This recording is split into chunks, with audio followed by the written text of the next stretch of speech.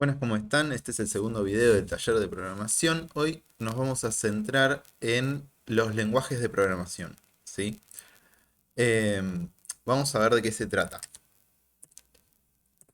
¿Qué es un lenguaje de programación? Bueno, un lenguaje de programación es un lenguaje formal, ¿sí? Dentro de los lenguajes es considerado un lenguaje formal, igual que la matemática, que es más específico, ¿sí?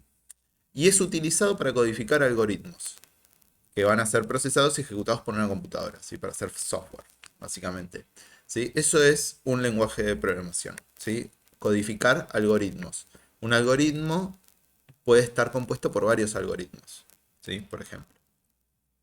Pero vamos a meternos un poquito más en las características del lenguaje, ¿sí? Eh, Tiene sus reglas gramaticales, ¿sí? Los lenguajes, cualquiera, incluso los de programación, tienen un léxico. El léxico son las palabras o códigos, ¿sí? Códigos, o sea, codificaciones correctas que existen en el lenguaje. Por ejemplo, CASA es casa en español, ¿sí?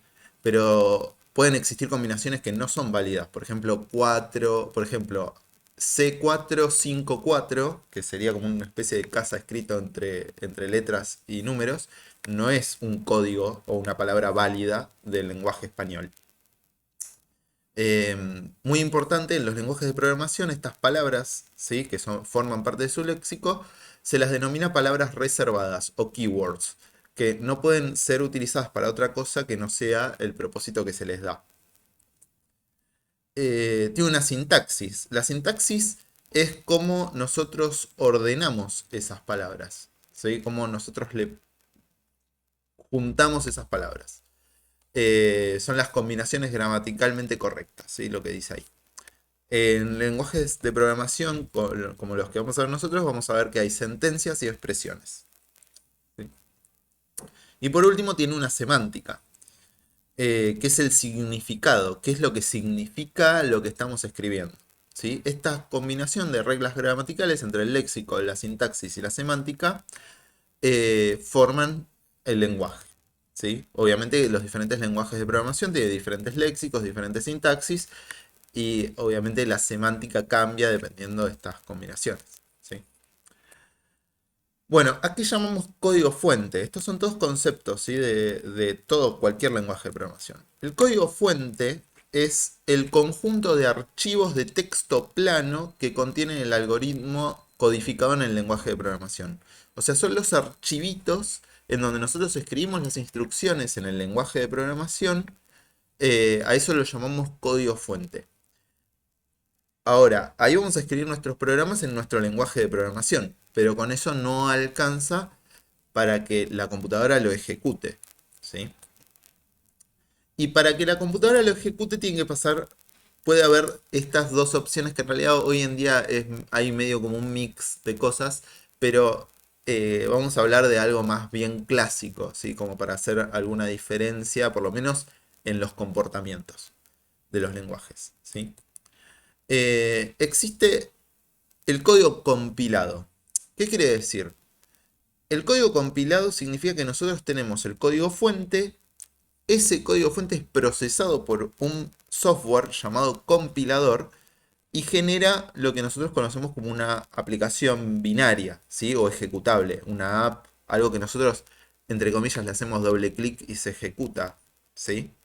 O lo invocamos y se ejecuta. Eh, Podemos pensar que, por ejemplo, si nosotros tenemos un libro que está escrito en inglés y viene un traductor y lo traduce al español y nos lo da, bueno, entonces él nos está dando el libro compilado al español, ¿sí? La otra posibilidad es que sea interpretado. ¿Qué quiere decir? Nosotros tenemos el código fuente, generalmente cuando es interpretado le decimos que es un script. Este script lo que ocurre es que es procesado por un software llamado intérprete que va leyendo línea a línea el script y a medida que va leyendo lo va ejecutando. Es como si la persona, ¿sí? Una persona llamada intérprete, un intermediario, tuviese el libro en inglés y lo va traduciendo y relatando al español, ¿sí? O sea, va leyendo en inglés y lo va diciendo, nos lo va contando en español. ¿Sí? Obviamente que un software compilado, ejecutable, suele ser mucho más, en general, rápido que uno interpretado. ¿Sí? Igual hoy en día existen diferentes combinaciones entre el interpretado y compilado. En realidad el intérprete a veces ejecuta pedazos que ya están compilados. Entonces, bueno, es muy relativo esto, ¿sí? Pero para que más o menos empiecen a escuchar algunas terminologías. Eh, Algunas características son que los lenguajes compilados suelen tener una sintaxis mucho más dura o más difícil, más estructurada quizás, menos flexible que los lenguajes interpretados. Los lenguajes interpretados suelen ser más ágiles, más laxos en su sintaxis muchas veces, nos permiten hacer diferentes tipos de cosas que un lenguaje compilado muchas veces no lo permite. Bien, entonces dijimos que el compilador, ¿sí? Es un software que traduce el código fuente y lo transforma en un binario, ¿sí? En un programa o una aplicación ejecutable por la computadora. El intérprete es un software que evalúa y ejecuta las instrucciones uno a uno, ¿sí? En los scripts. O también en un REPL. Un REPL es un Read Eval Print Loop.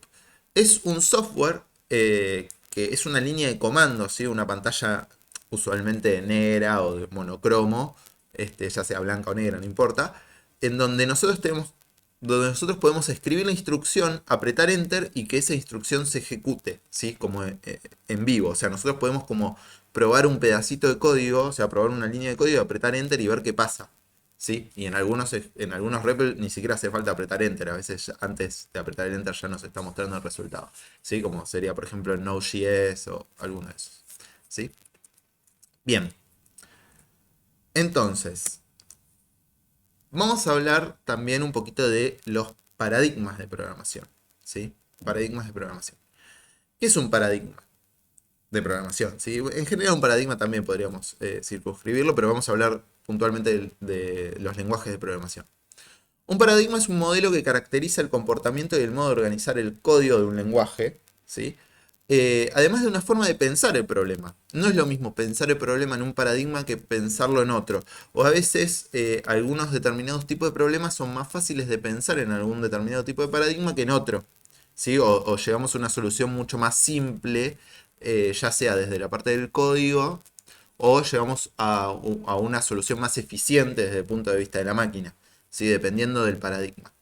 Y esto influye también en la sintaxis del lenguaje. ¿Sí? Los lenguajes funcionales suelen tener ciertas características todos en común, los lenguajes orientados a objetos suelen tener algunas características en común, los lenguajes estructurados suelen tener eh, determinadas, determinadas características que son propias de ese paradigma. Nosotros, puntualmente, en principio vamos a trabajar con el paradigma imperativo, ¿sí? Vamos a seguir una línea más clásica, digamos, de- de la enseñanza de la programación, ¿sí? Hay diferentes tipos, hay diferentes teorías pedagógicas que dice que primero hay que enseñar funcional, otro dice que primero hay que enseñar objetos. Bueno, nosotros por lo menos la manera en que a mí me parece más lógico de encarar es de la manera tradicional. Primero ver un paradigma imperativo procedural, ¿sí? Orientado a procesos, que está más relacionado con la resolución de los algoritmos y seguir un paso a paso, ¿sí? Que está centrado en listar instrucciones. Nosotros le vamos a dar órdenes a la computadora a través de estas instrucciones en código, ¿sí? Y suele haber estructuras de datos y eh, sentencias, ¿sí? que mueven esos datos. ¿Sí? En general, ese es el paradigma procedural. Después está el orientado a objetos dentro del mismo paradigma imperativo. ¿Sí? Son paradigmas diferentes. Intenta modelar la realidad el paradigma orientado a objetos, que describe objetos de la realidad. O sea, yo modelizo en un lenguaje de programación objetos de la vida real, tangibles o intangibles, y cómo estos interactúan entre sí. ¿Sí? Bien. Orientado a eventos. Orientado a eventos a veces está, en realidad podría ser, estar asociado con el procedural, con el orientado a objetos, Pero en sí no hay un flujo continuo, porque en general, tanto en el paradigma de objetos o en el paradigma de procedural, hay como un principio y un final bien definido, ¿sí? Como en los algoritmos, un principio y un final. En el orientado a eventos, en realidad lo que está ocurriendo es que alguien está escuchando a que haya un cambio, o que haya un disparador que hace que cambie el estado de nuestra aplicación, ¿sí? Eso lo vamos a ver más para el final, ¿sí? Bien. Paradigma declarativo. El paradigma declarativo, dentro del paradigma declarativo hay dos grandes paradigmas que son el funcional, que está relacionado con llevar todo a funciones matemáticas, está muy relacionado con el cálculo lambda, que es una teoría del principio del siglo XX, sobre lo que es computacional, ¿sí? O sea, todo lo que se puede hacer en el paradigma funcional es un paradigma que está muy en boga hoy en día, se usa muchísimo porque tiene una sintaxis muy reducida, ¿sí? Muy, muy reducida, hace que algunas operaciones queden simplificadas a casi una línea, cuando en el orientado a objetos o en el procedural por ahí tendríamos que hacer muchas más líneas de código, pero nos lleva a pensar de otra manera, ¿sí? O sea, ya es un paradigma totalmente diferente.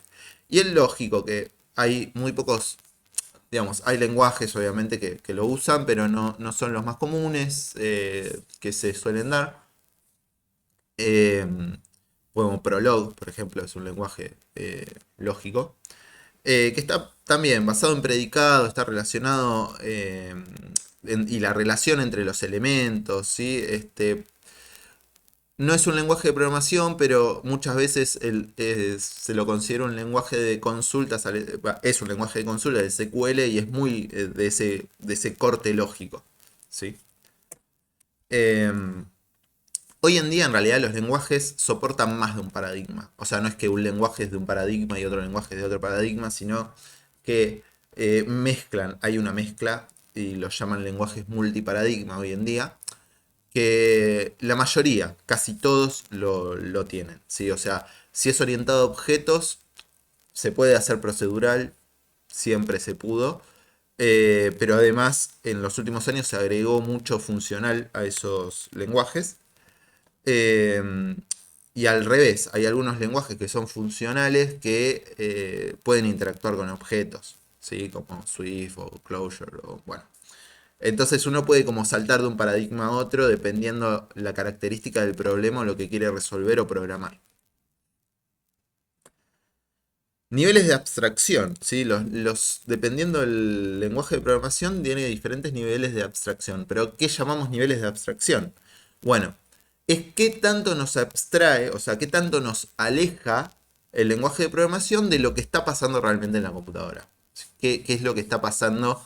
Los unos y ceros y el binario, que es lo que procesa el CPU. Los CPUs, o sea, las unidades centrales de procesamiento de las computadoras, operan con bits. O sea, mueven bits de un lugar a otro, leen y escriben bits en binario.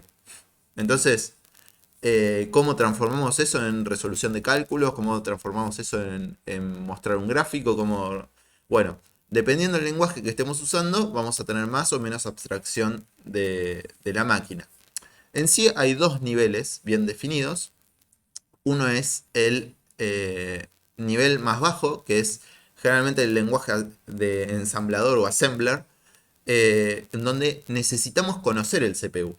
Necesitamos conocer la arquitectura de ese CPU, de qué modelo es, de qué marca, qué set de instrucciones tiene, porque cada CPU tiene un set de instrucciones diferente. Entonces, nosotros necesitamos estudiar mucho sobre la máquina para poder hacer algo.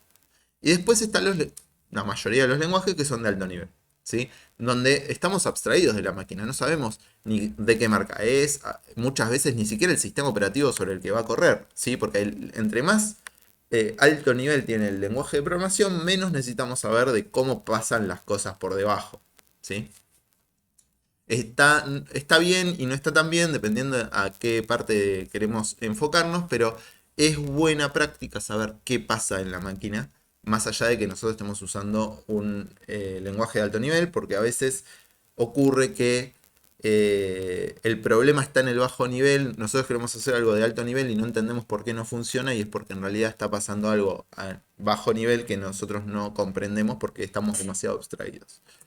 Eh, por último, hay un neologismo, a alguien se le ocurrió inventar que hay un nivel intermedio, ¿sí? Hay un nivel alto, bajo, intermedio.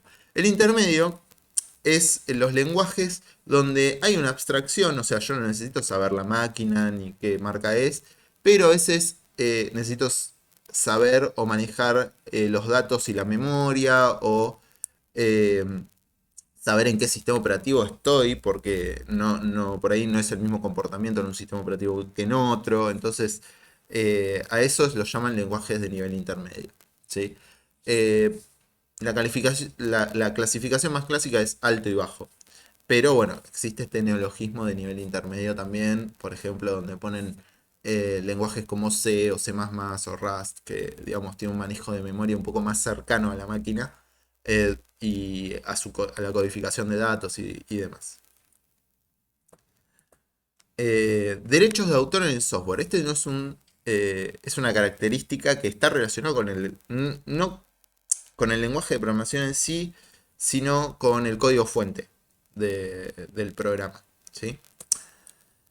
Está el privativo o propietario, lo llaman así, yo prefiero el término privativo porque nos priva de hacer cosas, ¿sí? Porque propietario todos son, digamos, siempre hay un propietario del software, ¿sí?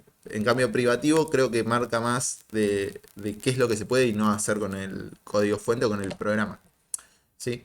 El software es considerado privativo si no se puede acceder al mismo salvo en su versión compilada, es decir, que no existe la posibilidad de acceso al código fuente salvo que el autor otorgue esos permisos. Y no solo eso, además, los derechos del software, cuando nos venden un software privativo, nos dicen qué podemos y qué no podemos hacer con ese software. Es decir, que, por ejemplo, nos dan un software de, no sé, un motor de videojuegos, pero nos dicen, mira, yo te lo doy gratuito, pero, por ejemplo, ¿no? Yo te lo doy gratuito, pero vos no podés vender. O sea, no podés hacer un juego para vender. Tenés que darlo gratis. O sea, si yo te doy si yo te doy mi engine gratis, vos tenés que hacer un juego gratis. Por ejemplo, ¿no? O, eh, no sé, te doy un software que yo descubro que me es más fácil hacer mis liquidaciones de sueldo en mi empresa con este software que con otro, pero ellos te dicen, no, con mi software no puedes hacer liquidaciones de sueldo, etcétera, ¿sí? El software privativo es el que tiene largas cláusulas de qué se puede y qué no se puede hacer con ese software, ¿sí? En los términos y condiciones de la mayoría de los software dice qué se puede, qué no se puede, qué hace el software o qué hace con nuestros datos, etcétera, etcétera, ¿sí? Después hay una clasificación que es open source, que significa que nosotros tenemos acceso al código fuente. O sea que nosotros podemos ver cómo está hecho, podemos estudiarlo, muchas veces en general se puede modificar, podemos hacer versiones modificadas de ese software. Eh, o sea que, y muchas veces permite también compartirlo, ¿sí? Pero tenemos que tener en cuenta qué es lo que permite y no permite hacer el autor de este software, ¿sí? Que sea open source. Y por último, como derecho de autor en el software, hay un corte más quizás filosófico, que es el software libre. El software libre es más bien una filosofía, una cultura, estoy en un colegio por eso suena el timbre. Eh, por ejemplo, hay cuatro libertades esenciales para el software libre. La primera es la libertad de ejecutar el programa como se desee, con cualquier propósito. Lo que yo decía antes, el software privativo te permite hacer y no hacer o no hacer cosas con el software. Para que sea, si es software libre, te tiene que permitir hacer lo que vos quieras con ese software. Si encontraste una beta para ese software para hacer algo que el autor original no concibió, no importa, tenés que poder hacerlo. ¿Sí? Esa es la primera condición o la primera libertad. La libertad 1 o segunda libertad es la libertad de estudiar el código, cómo funciona, cambiarlo para hacer lo que yo quiera que haga ese software, ¿sí? O sea que el software libre implícitamente dice que el software tiene que ser open source, o sea que el código fuente tiene que estar disponible para que yo pueda estudiarlo, cambiarlo y hacer lo que quiera con ese código. La libertad de redistribuir copias para ayudar a otros, o sea, yo puedo Yo tengo que poder copiar y darte copias de ese software. ¿Sí? Incluso puedo venderlo, ¿sí? Si quisiera. Puedo vender copias. Es parte de la libertad. Yo puedo hacer lo que quiera con ese software, ¿sí?